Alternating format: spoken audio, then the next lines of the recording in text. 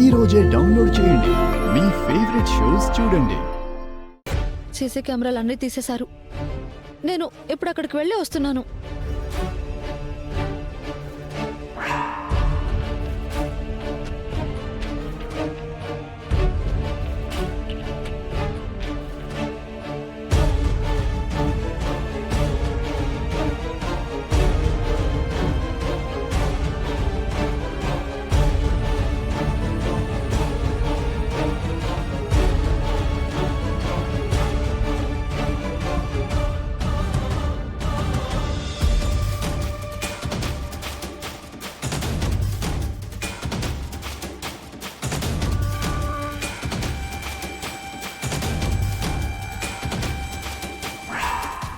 పామా?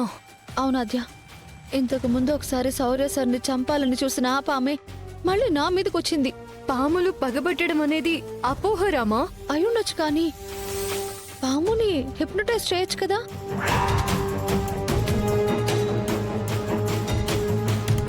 అది కాకుండా ఆ గుళ్ళో ఎవరో తవ్వుతున్న శబ్దాలు వస్తున్నాయి ఆద్య.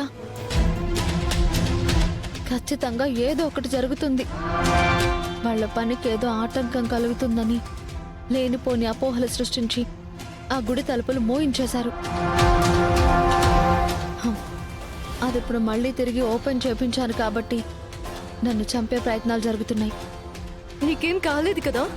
నాకేం కాలేదు. ఆ దేవుడే నన్ను కాపాడాడు. ఓ, ఇంతకీ అసలు ఎవరు వాళ్ళు? అతని నంబర్ దొరికింది, కానీ ఆ నంబర్ ద్వారా అతన్ని పట్టుకోలేకపోతున్నాం. ఇతను వెనుకున్నది ఎవరో తెలియట్లేదు ఆద్య. గుడిని కాపాడడం కోసం నువ్వు ప్రమాదంలో పడుతున్నావనిపిస్తుంది రామా. అసలు నువ్వు ఒంటరిగా ఎందుకు వచ్చావు రామా? భయపడకు, నాకేం కాదు. ఎన్ని దుష్టశక్తులు వచ్చినా నాకు దైవశక్తి తోడుగా ఉంది. గుడి తలుపులు మోయించి వాళ్ళు ఏం చేయాలనుకుంటున్నారో తెలుసుకోవాలి.